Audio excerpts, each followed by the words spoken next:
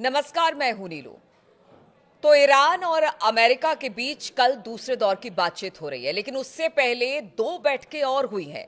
और ये दो बैठकें किस तरह से महत्वपूर्ण है इस बातचीत को लेकर, क्योंकि कल की बातचीत में ये तय हो जाएगा कि जो बातचीत अमेरिका और ईरान के बीच में चल रही है, क्या वो आगे बढ़ेगी, किसी समझौते के शक्ल में तब्दील होगी, या फिर यहां से स्थिति और बिगड़ेगी। बातचीत करने के लिए मयंक मेरे साथ जुड़ गए हैं। मयंक, देखिए, कल बातचीत होनी है, सबकी निगाहें इस बातचीत पर है और ये बातचीत रोम में होगी। बताया जा रहा है अमेरिका और ईरान के वहां पर पहुंचेंगे और उसके बाद बातचीत आगे बढ़ेगी। लेकिन उससे पहले दो मुलाकातें और हुई हैं। किनके किनके बीच मुलाकात हुई है, क्या कुछ इस मुलाकात के बाद निकलकर सामने आ रहा है, बताइए सर। देखिए, दूसरे शब्दों में अगर मैं कहूँ सीधा पॉइंट पे आके, तो कल ये तय हो जाएगा कि अमेरिका और ईरान के बीच जंग होगी या शांति होगी। ठीक है। कल का दिन बेहद महत्वपूर्ण है पूरे मिडिल ईस्ट के लिए। कल इस बात की एक खाका तैयार हो जाएगा, एक स्क्रिप्ट कल तैयार होने वाली है कि ईरान के साथ अमेरिका की जंग होगी या नहीं होगी। अब आपने दो बैठकों की बात की।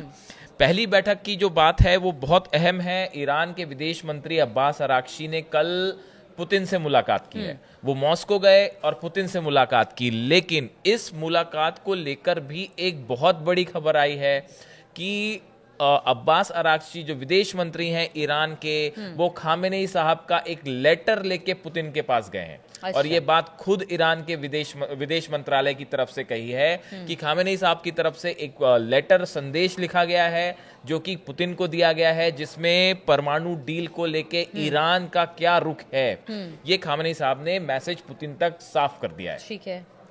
अब्बास अराक्ची की जो मुलाकात हुई है मॉस्को में पुतिन से, उसके बाद देखिए उनकी तरफ से दो अहम बयान आए हैं, वो बताना बहुत जरूरी है। पहला बयान उनकी तरफ से आया है न्यूक्लियर डील को लेके और ईरान के परमाणु कार्यक्रम को लेके।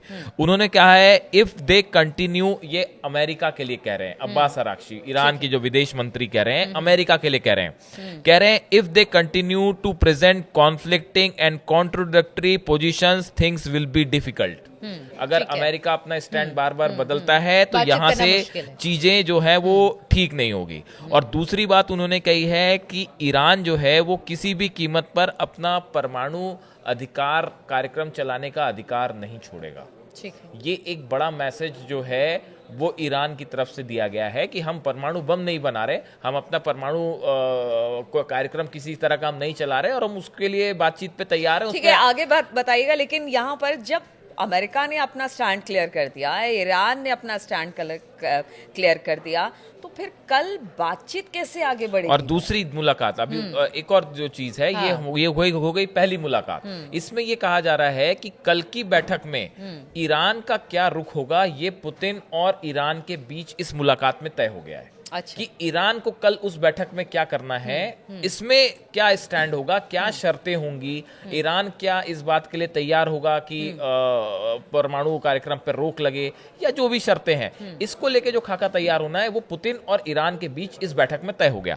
इसके अलावा देखिए, जो दूसरी बैठक का आपने जिक्र किया, एक दूसरी बड़ी अहम बैठक हुई है। सऊदी अरब के जो डिफेंस मिनिस्टर हैं प्रिंस खालिद बिन सलमान, ये ईरान गए हैं और ईरान के बड़े अधिकारियों से इनकी मुलाकात हुई है। और इनकी मुलाकात देखिए IRGC के जो चीफ हैं उनके साथ भी इनकी मुलाकात हुई है, मोहम्मद बाघेरी के साथ, और जो प्रेसिडेंट हैं मोहम्मद पेजिशकियान, इनके साथ भी मुलाकात हुई है। तो सऊदी के डिफेंस मिनिस्टर का बातचीत से ठीक पहले ईरान जाना, यह माना जा रहा है कि अमेरिका का संदेश लेके सऊदी के डिफेंस मिनिस्टर ईरान के पास गए हैं कि इस पूरे मामले में अब अमेरिका क्या चाहता है। पहले भी देखिए एक लेटर भिजवाया गया था ट्रंप की तरफ से खामेनी साहब को, ईरान को, वो भी सऊदी के द्वारा भिजवाया गया था। और अब ये कहा जा रहा है कि ये एक मीटिंग हुई, अहम अधिकारियों के साथ मीटिंग हुई, जिसमें अमेरिका इस पूरी परमाणु डील को लेकर क्या सोचता है, क्या शर्तें हैं, इसके बारे में विस्तार से चर्चा हुई है। तो आप एक तरफ देखिए कि ईरान के साथ पुतिन खड़े हैं और सऊदी अरब जो है वो अमेरिका का संदेश लेके ईरान गया है। हालांकि देखिए यहाँ पे भी जो है एक बार फिर हम कह रहे हैं कि ईरान ने और खामेनी ने जो है बहुत अच्छी विदेश नीति का यहाँ पे भी उदाहरण पेश किया उन्होंने। देखिए इस मीटिंग के बाद जो बताया जा रहा है कि खामेनी साहब की तरफ से जो बयान आया है, उन्होंने कहा है कि our believe is that the relationship between the Islamic Republic of Iran and Saudi Arabia is beneficial for both countries. Khamenei की तरफ से कहा गया कि सऊदी अरब से भी अच्छे रिलेशन होना हम सबके फायदे के लिए है, मिडिल ईस्ट के फायदे के लिए है। तो आप देखिए ईरान जो है वो कितने सधे शब्दों में हर कदम, कितने नपे तुले शब्दों में बयान दे रहा है, कितने सोच समझकर इंटरनेशनल लेवल पे हर कदम उठाए जा रहे हैं। बायलैटरल टॉक्स को लेके कितना आगे बढ़ना है, परमाणु समझौते को लेकर कितना आगे बढ़ना है, कहाँ एक रेड लाइन खींच देनी है, कहाँ पे जो है वो अपनी शक्ति का प्रदर्शन करना है। अगर आप पिछले 6 महीने में देखें तो ईरान ने बेहतरीन विदेश नीति का परिचय दिया है, बेहतरीन अपनी स्ट्रैटेजिक फोर्सेस का वो दिया है। और अब देखिए सऊदी के साथ तो सऊदी ये बात पता है सबको कि अमेरिका का संदेश लेके आया है, लेकिन बड़ा वार्म वेलकम हुआ है, वार्म वेलकम हुआ और ईरान ने जो है बकायदा उनकी पूरी बात सुनी और अपने तरफ से भी संदेश साफ कर दिया कि, और वो भी बिल्कुल पोलाइटली। इसे ही कहते हैं कि डिप्लोमेसी सिर्फ डिप्लोमेसी मतलब इंटरनेशनल रिलेशन हमेशा जंग करने से नहीं होती, आपको साम दाम दंड भेद सब करना पड़ेगा। और यहाँ पे जो है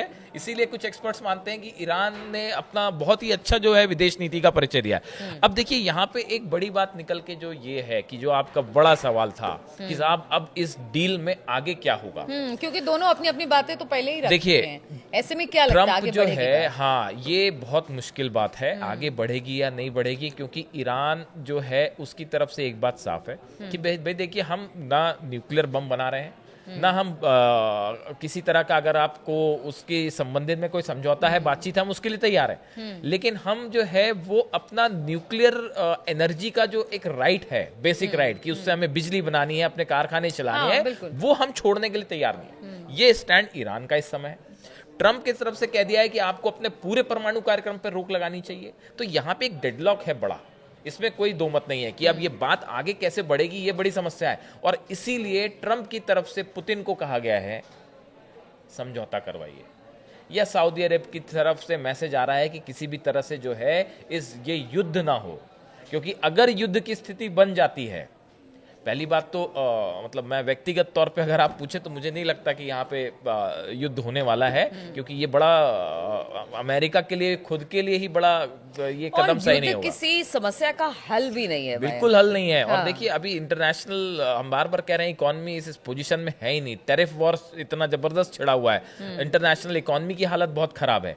ऐसी स्थिति में कुल मिला के ईरान ने जो स्टैंड ले रखा है इस परमाणु टॉक के ठीक पहले, और ये जो 2 मुलाकात हुई है, इससे ये तय हो जाएगा। तो फिर से कह रहे हैं कल इस बात की आधारशिला रख दी जाएगी कि आगे बात अब कुछ बढ़ पा रही है या युद्ध वाली स्थिति बन रही है। और ट्रंप का एक और बयान आ गया, उन्होंने ये कह दिया है कि हमने नेतन्याहू को, इजराइल को फिलहाल हमला करने से कुछ समय के लिए रोक दिया है। मतलब ट्रंप की जो है वो धमकी भी साथ ही साथ समय समय पर वो ये बताते रहते कि हमने रोका, हमने बोला अब कर दो, मतलब तो ये भी चल रही है साथ ही साथ। एक तरफ शांति की भी बात हो रही है, दूसरी तरफ धमकी भी चल रही है। तो अमेरिका की तरफ से ये भी कहा गया कि हमने अभी फिलहाल जो है वो रोक लगा दी है, इजराइल को मना किया है हमला करने से जब तक ये परमाणु टॉक्स नहीं हो रही। तो देखिए कुल मिला के बात ये है कि कल अगर किसी तरह से कोई समझौते की दिशा में बात आगे बढ़ती है तो ठीक है, वरना फोर्सेस दोनों की तैयार है और जंग या शांति कल एक सवाल और जवाब बस खत्म करने का वक्त आ गया है। क्या अगर किसी तरह से बातचीत आगे बढ़ती है तो क्या कोई बीच का रास्ता निकलेगा कहीं? बिल्कुल, कुछ लगता है कि किसी एक मसौदे पर कुछ समझौता हो जाए? आपने बड़ी बात बोली। असल में कम से कम 5 से 7 देश इस कोशिश में लगे हुए हैं कि किसी तरह से बीच में कोई जो है एक पॉइंट पे आके दोनों को राजी करवा दिया जाए। सऊदी अरब लगा हुआ है, जॉर्डन लगा हुआ है, कतर लगा हुआ है, रूस अपनी तरफ से बीच में जो है वो मध्यस्थता करके ऐसा लग रहा है कि कोई समझौते की स्थिति बन जाए, किसी भी तरह से हमले वाली स्थिति ना आए।